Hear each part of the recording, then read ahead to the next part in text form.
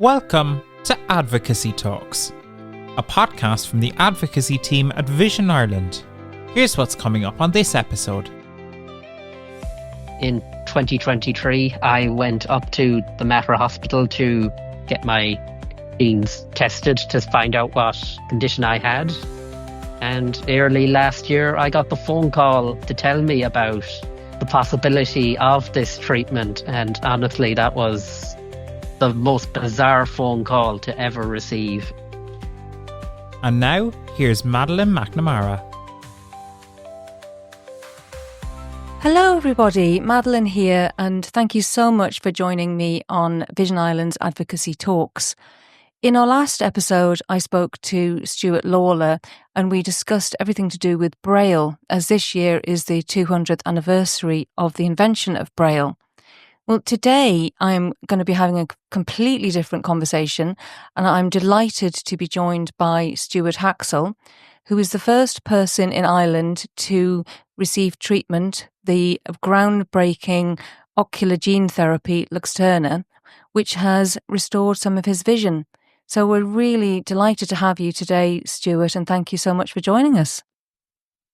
Yeah, thank you for having me on. I'm delighted to be here.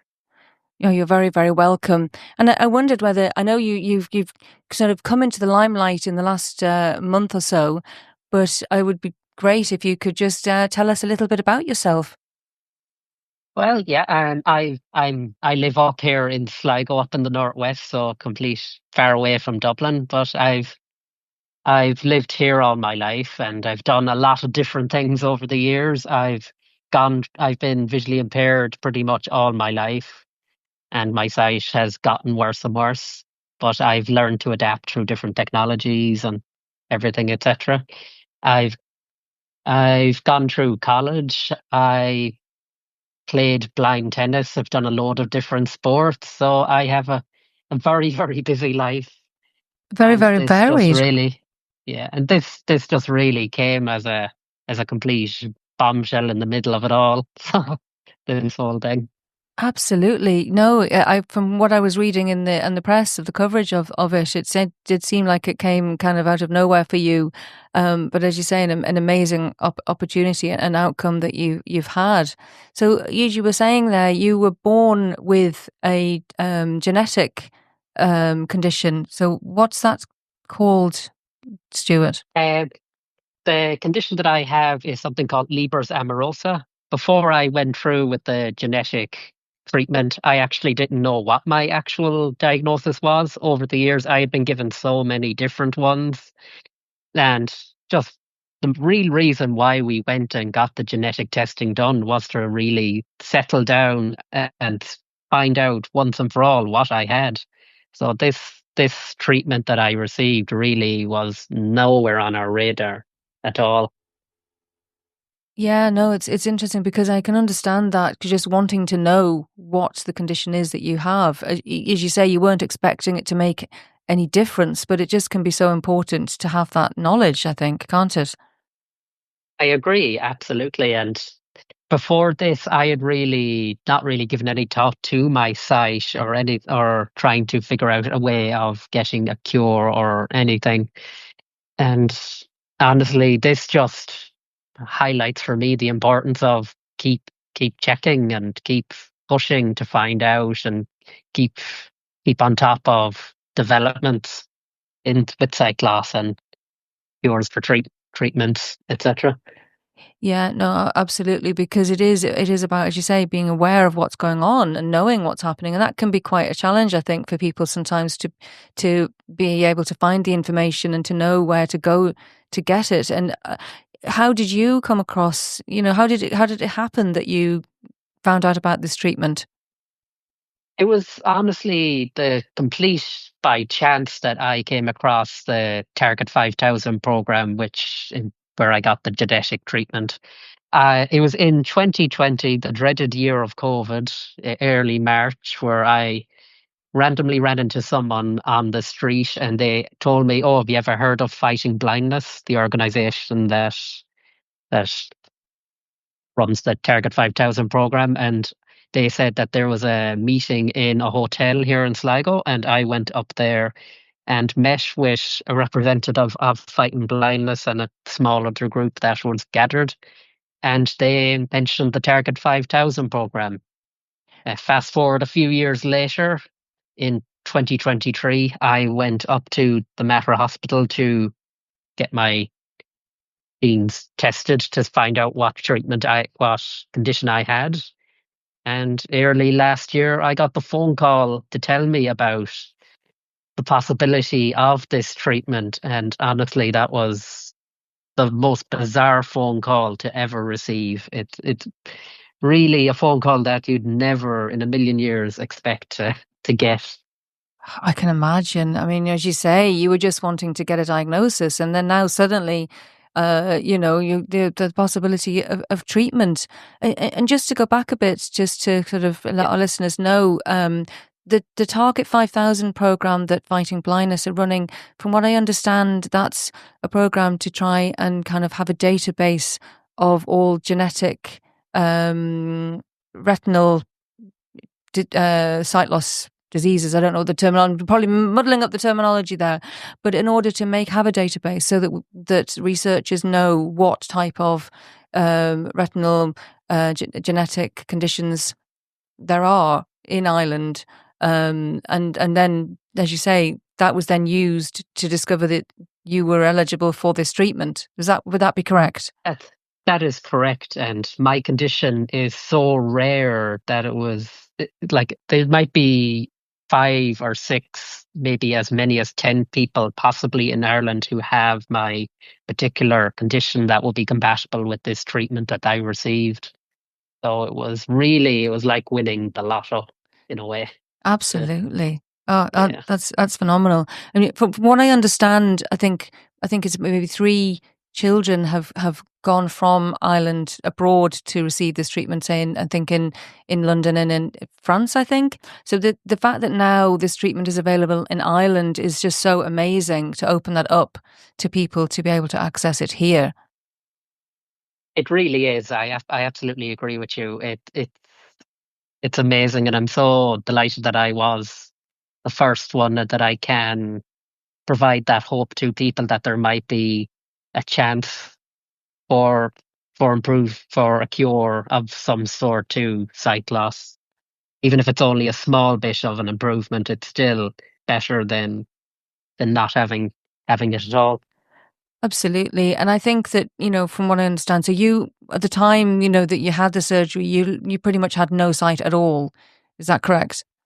That is correct. The most I probably would have been able to see would have been really bright light, possibly a really glary sun, if on a really bright day through a window. Other than that, I would not have been able to see anything at all. And then after the surgery, kind of what level of sight do you have now? I can see extremely large letters. I'm a lot better with white on black letters. That it makes it a little easier, and I can see the silhouettes and outlines of really large objects if they're really like right in front of me, but no detail in particular. So I can kind of get a clearer idea of what's in a room or the big size of a room, but no details. And it's a big difference, but it's not a huge. It's For me, it's a huge jump in sight, but when you map it all out statistically, it's not a huge jump in sight, but yes, it makes all the difference to me.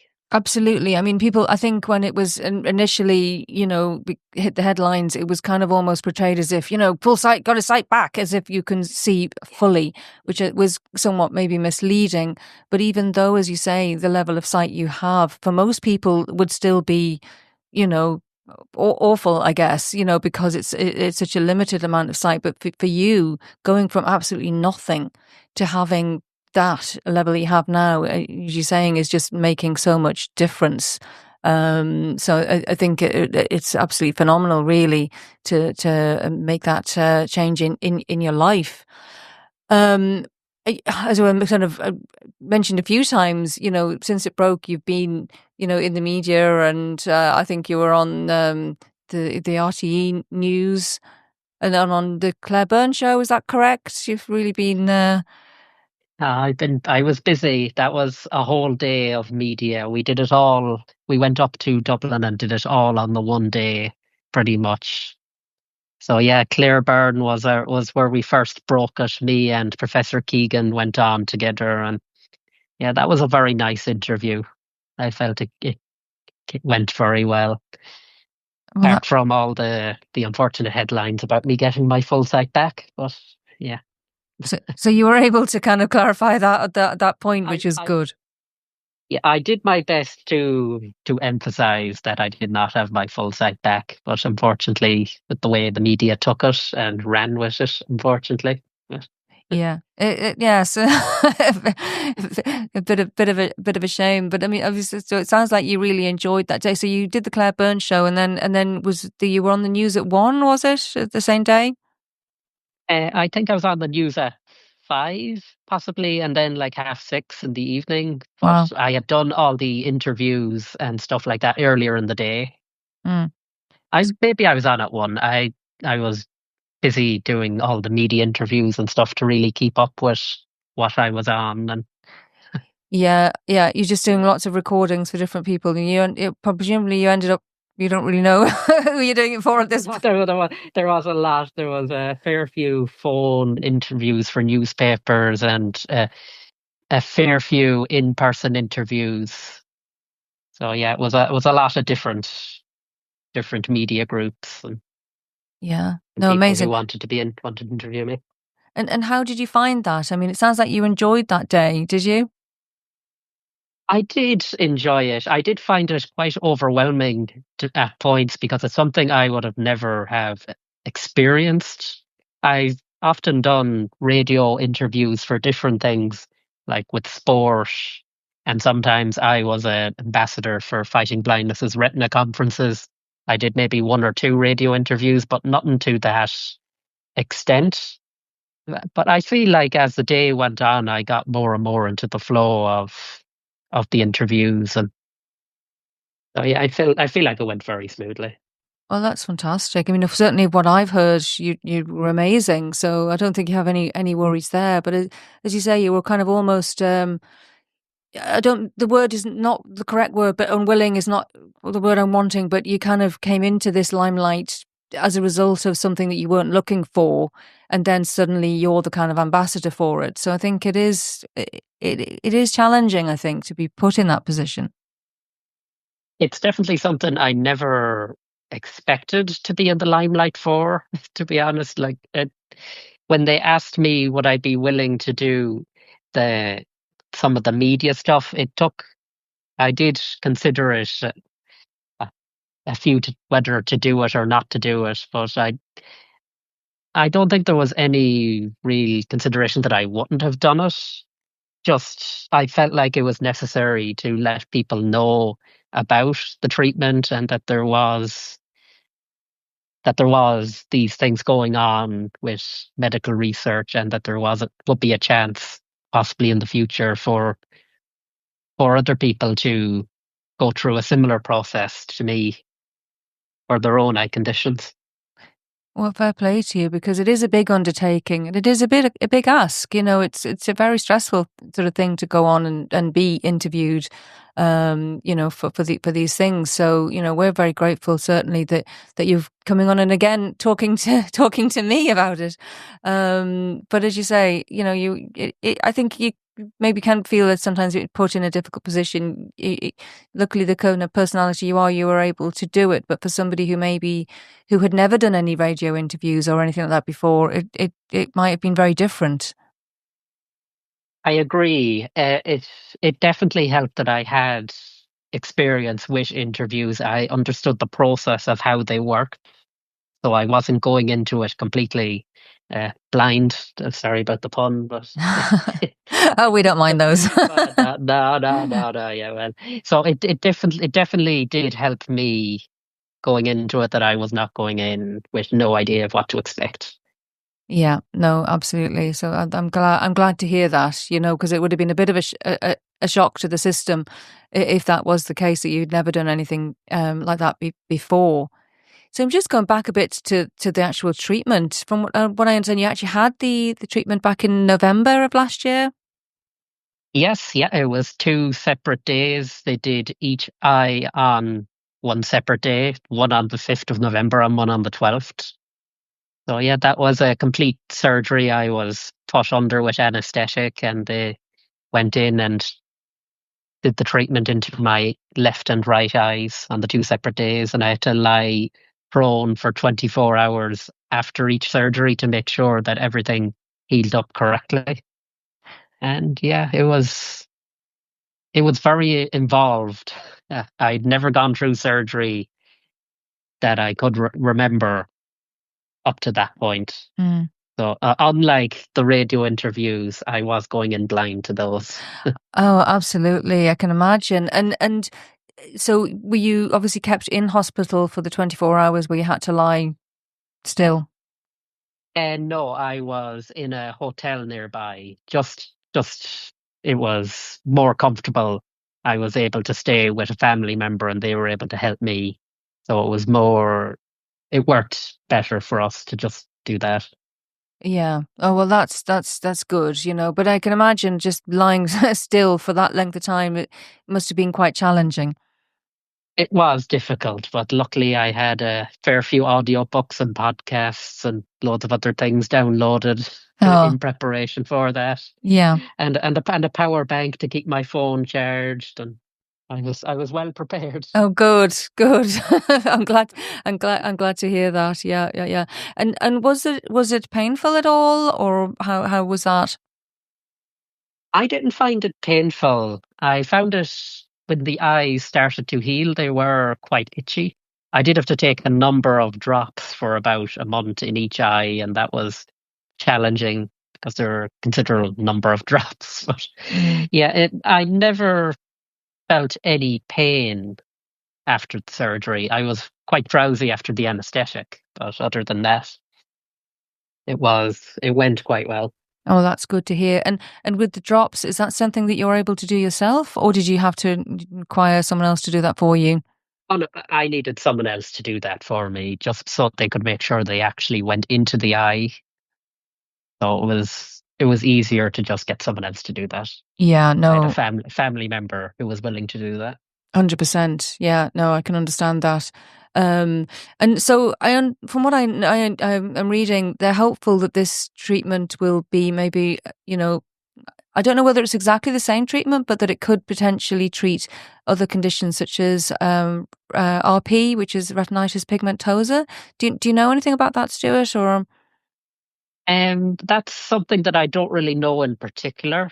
All I understand is that this treatment was for my particular eye condition, and if it can treat any other conditions, that would be amazing. I would be delighted to find out if that will be possible. Absolutely. yeah, because I know that's a condition that I don't know the numbers, but it would be a lot more people that would have that condition. So if it was possible to target that, that would be a huge step forward for many people. But I'm just so delighted that you were able to benefit from it and be the first person. And from what I understand, it was kind of touch and go in terms of the level of that you would qualify for the treatment. Is that correct? That is correct. My sight level was so deteriorated before they went through with the surgery. They were wondering if it was worth going through at all, because they need a number of active cells in the back of the eye so that the treatment can work on them. But they usually give this treatment to people who are maybe 5 or 6 or considerably younger than I am. Mm. So yeah, it was touch and go whether for me to receive it or not, and I'm delighted that I was able to do that, to get it.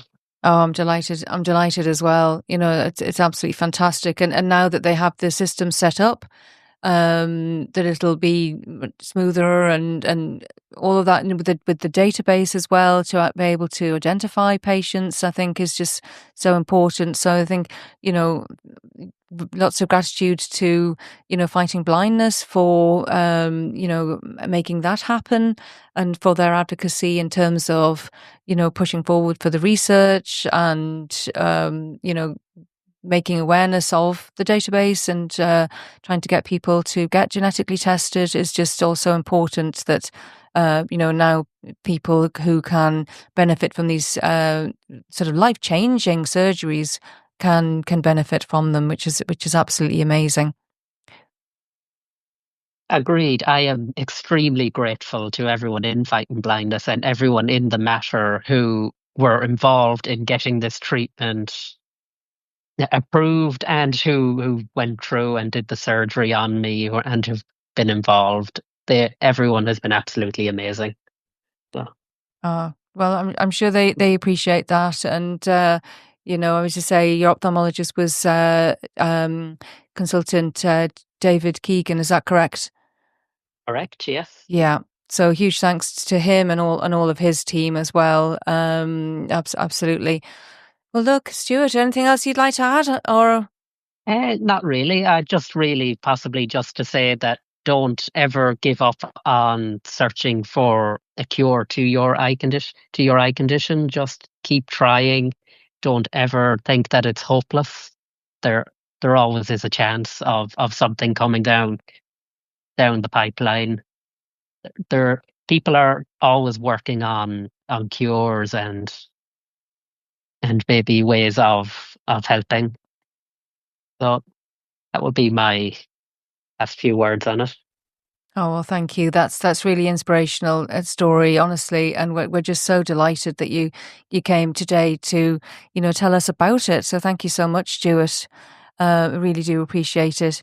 So just to say that, if any of your listeners need any support, Vision Ireland is here to help, and you can find out about our services on our website, which is www.vi.ie. And we also have an info line, which is 1-800-911-250. So don't hesitate to get in touch if you think you need any of our help. And don't forget also that this podcast is available on all your favorite podcast platforms. So if you would like to, do sign up so that you won't miss the next one. And I'm lining up my next guest, and it's looking to be something very interesting and completely different again. So, do sign up, and then you won't miss out. Well, take care, and hope to you'll join us again soon. Take care. Bye. Thanks for listening to Advocacy Talks. To get in touch with our advocacy team, send us an email to campaigns@vi.ie, or why not join one of our local advocacy networks, where you can work together with others to solve some of the biggest problems facing blind and partially sighted people in Ireland. Thanks for listening, and see you next time.